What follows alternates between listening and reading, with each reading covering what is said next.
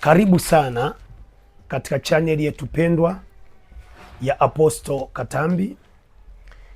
Leo nitakuwa na zungumza kwa habari ya wapelelezi wa kichawi ambao wamesimamishwa ili kuhakikisha unapoenda kujifungua wanaharibu maisha yako, kuhakikisha unapoenda kuzaa mtoto wanaharibu maisha yako.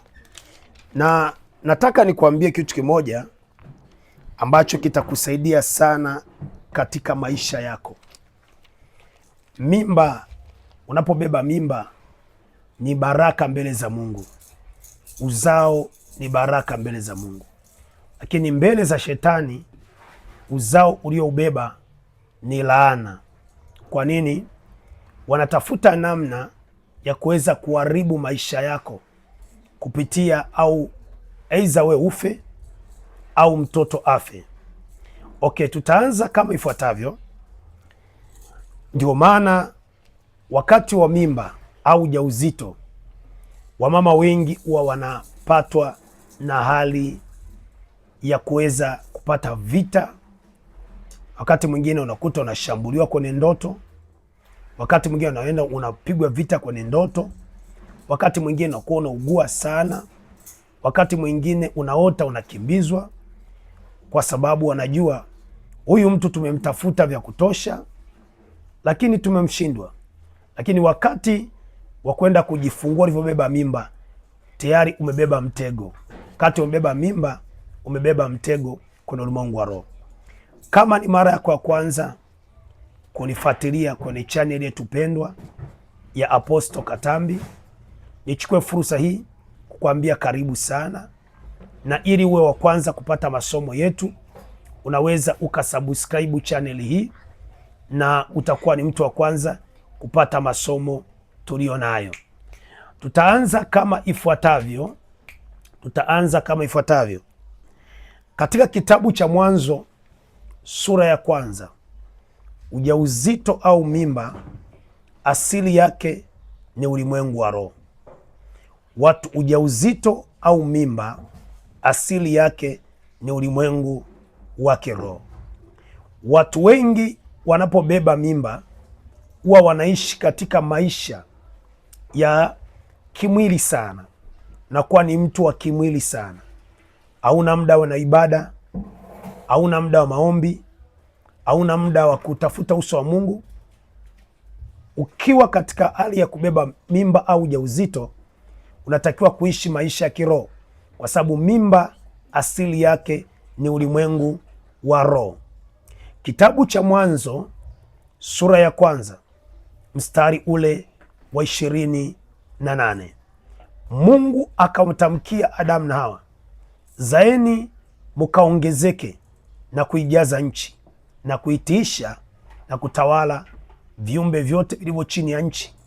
Mungu alitamka uzao katika ulimwengu wa roho. Nataka nikuonyeshe, unasema tu nimebeba mimba, basi kinachotakiwa tu nile vizuri, ongera. Kinachotakiwa unywe vizuri, ongera. Lakini pia ujue mimba asili yake huwa ni katika ulimwengu wa kiroho. Kwa hiyo katika kitabu cha Mwanzo sura ya kwanza mstari wa 28 tunaanza kuona mimba, uzao asili yake ni katika ulimwengu wa kiroho. Nasema mtumishi, unaongea nini? Ukianza kuangalia kama uzao asili yake ni ulimwengu wa kiroho, uzao asili yake ni ulimwengu wa kiroho, tunaanza kuangalia katika kitabu cha Mwanzo sura ya 3 mstari wa 15. Shetani huwa ana vita na uzao. Shetani huwa ana vita na uzao. Ukisoma katika Mwanzo sura ya 3 mstari wa 15, maandiko yanasema kwa habari Mungu akaweka uadui kati ya shetani na uzao wake, kati ya shetani na uzao wa mwanadamu katika ulimwengu wa kiroho. Hebu tusome katika maandiko hapo, kabla tujaweza kuingia kuelekea mbele na kuweza kufanya vizuri, ili niweze kufundisha kwa nini wanakuwekea wapelelezi ili waweze kukuua. Wapelelezi kwenye ndoa yako wa kichawi. Kwa nini wanakuwekea wapelelezi kwenye ndoa yako wa kichawi? Na hapa ndipo utagundua kwamba mimba ni siri. Mimba ni siri katika ulimwengu wa kiroho. Kitabu cha Mwanzo sura 3 mstari wa 15, maandiko yanasema, Mwanzo sura 3 mstari wa 15, nami nitauweka uadui kati yako na huyo mwanamke na kati ya uzao wako na uzao wake, huo utakuponda kichwa. Mungu anamwambia Shetani, Mungu anamwambia yule joka, nimeweka uadui kati yako na uzao wako. Katika ulimwengu wa roho, Mungu akumwambia Adamu kwamba nimeweka uadui kati yako Adamu na nyoka. Anasema uzao wako ndo utakuwa na vita. Kwa hiyo lazima ugundue, mama mjamzito au mama uliyebeba mimba, ya kwamba Shetani ana vita na uzao. Shetani ana mashambulizi na uzao. Uzao wako ndio unapigwa vita katika ulimwengu wa kiroho. Uzao wako ndio unashambuliwa katika ulimwengu wa kiroho. Sasa wamama wengi wanapobeba mimba, huwa asilimia kubwa mizani wanayoweka huwa wanajikita katika ulimwengu wa mwili, kwamba nile vizuri, nivae vizuri, nilale vizuri, ninywe vizuri. Ongera sana, hayo ni majukumu unaotakiwa kuyafanya, na endelea kuyafanya kwa ajili ya kutunza afya yako na mwili wako. Lakini katika ulimwengu wa roho una vita na Shetani kwa uzao wako. Na ndio maana wamama wengi wanapobeba mimba katika ulimwengu wa kiroho, mama anapobeba mimba katika ulimwengu wa roho, anakuwa ni mtu wa mashambulizi.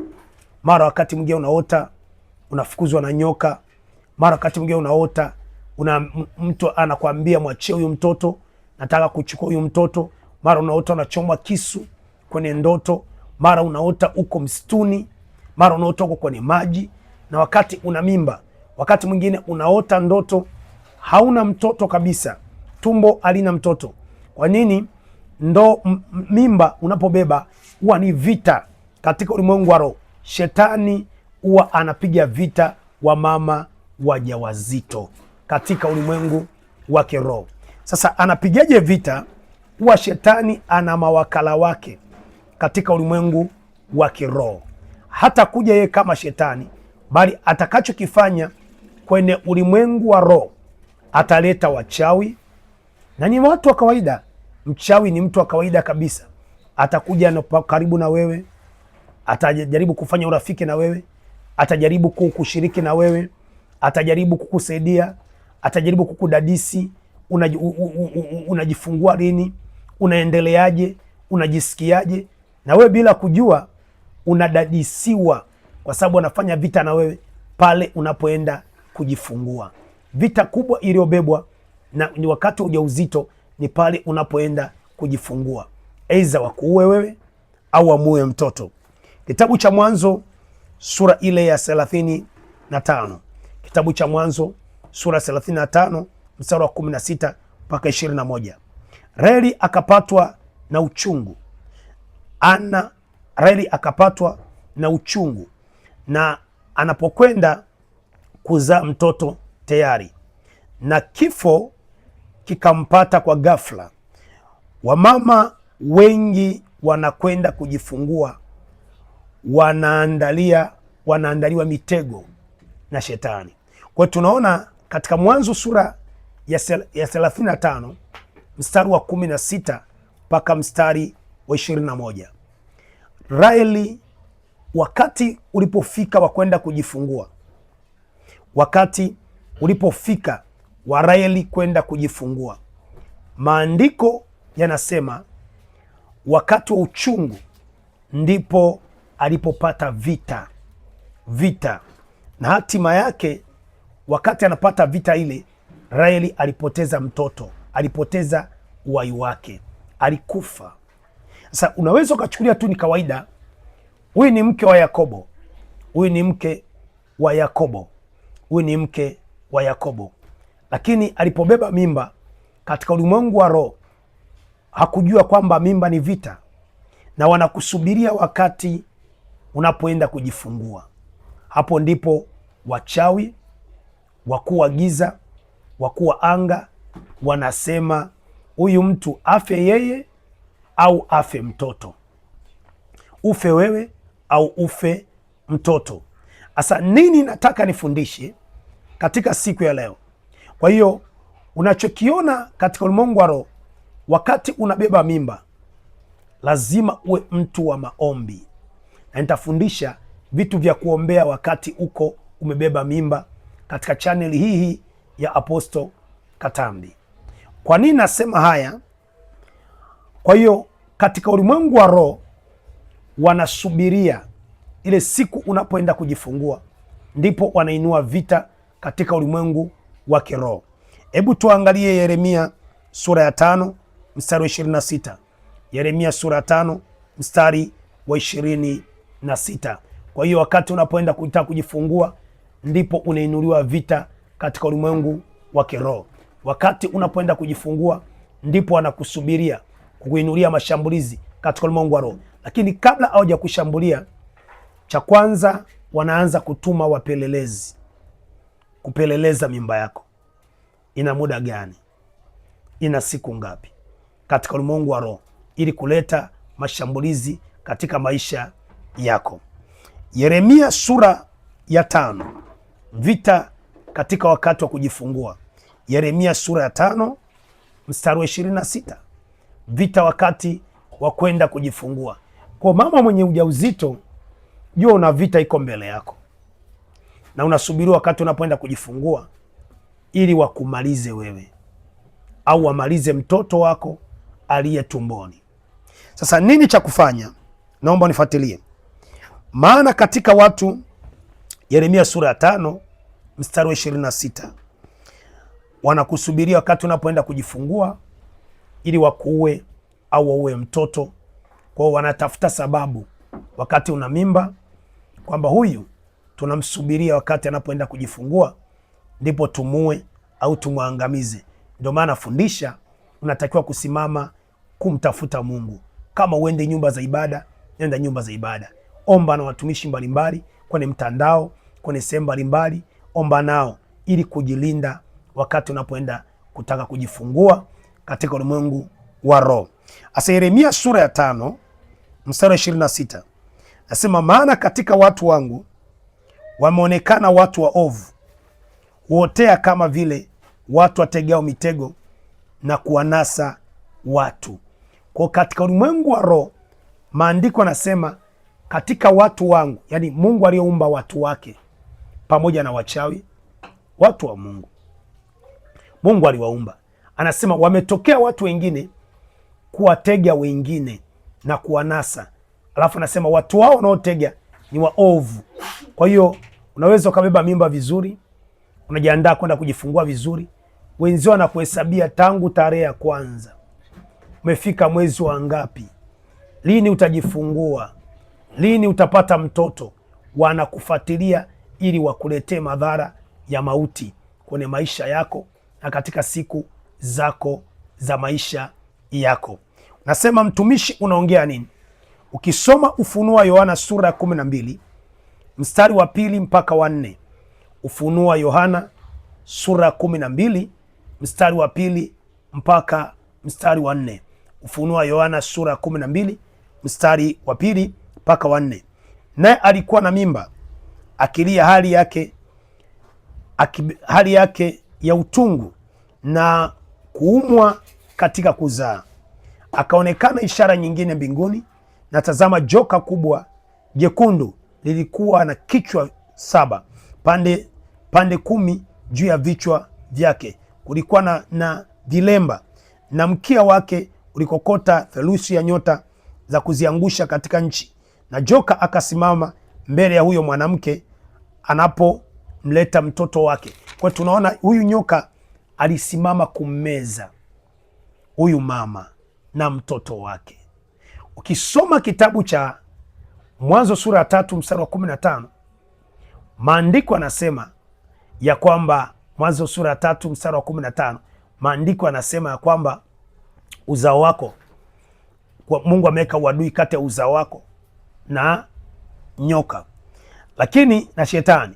Lakini ukisoma Mwanzo sura ya 12 mstari wa 2 mpaka wa 4, unaona mama huyu amebeba mimba, yupo katika hali ya uchungu. Biblia inasema wakati wa kuzaa ndipo joka yule akainuka sasa ili kummeza yule mtoto na mama, kummeza yule mtoto na mama. Tunaona Mungu anatuma msaada wa kumsaidia mama wakati wa ujauzito, na tunaona wakati anajifungua mtoto yule, hapo ndipo anataka kummeza. Kwa ndio maana unapoangalia siku ya leo, wakati mtu anapoenda kujifungua kunakuwa na vita kali sana. Wengine mara pressure inakuwa juu sana, wengine maana kisukari inapanda, wengine maana mapigo ya moyo yanakuwa yako juu, unaona. Kwa hiyo wengine kifafa cha mimba kinatokea. Kwa nini? Shetani anasubiria pale kuleta mauti. Shetani anasubiria pale alete mauti kwenye maisha yako. Shetani akusubiria hapo kwenye mimba akuue wewe na mtoto wako. Kwa hiyo mama mjamzito unaosikia kipindi hiki au unaangalia video hii, unapobeba mimba ni wakati wa kuishi maisha matakatifu ya kumpendeza Mungu. Ujue ya kwamba unasubiriwa wakati wa kujifungua kwako. Kwa shetani huyu joka alimsubiria mama wakati wa kujifungua. Wakati mama anaenda kupata mtoto, ndipo joka liliinuka likaenda kumshambulia mama huyu, na ndio maana unapata mashambulizi mazito wakati unapoenda kujifungua. Ufanye nini? Utende nini ili uweze kuepukana na mambo haya? Ufanye kitu gani uweze kuepukana na mambo haya? Naomba unifuatilie katika channel yetu pendwa ya Apostle Katambi. Nitakuwa na maombi maalum ya kukuombea hata unapoenda kujifungua, popote pale ulipo, uwe uko Kenya, uwe uko Mbeya, uwe uko Dar es Salaam, uwe uko India, uwe uko Mwanza, uwe nchi yoyote, Nigeria, uwe Kongo. Naweza kuomba nayo kwa njia ya WhatsApp. Kuna WhatsApp yangu ambao unaweza ukaweza kunifuatilia tukaomba pamoja. Tunaweza kuomba nawe katika njia ya simu ili tuweze kuokoa maisha yako na ya mtoto katika ulimwengu wa roho. Kwa hiyo wakati umebeba mimba ndiko wakati ambao mauti inatengenezwa kwa ajili yako. Wakati umebeba mimba ndiko ambapo mauti inaandaliwa kwa ajili ya kukuua wewe na mtoto. Kama ni mara yako ya kwanza kuingia kwenye channel yetu pendwa Apostle Katambi, naomba usubscribe channel hii. Endelea pia kunifuatilia katika masomo yajayo. Mungu akubariki. Kwa habari ya mimba, ubarikiwe sana katika jina la Yesu.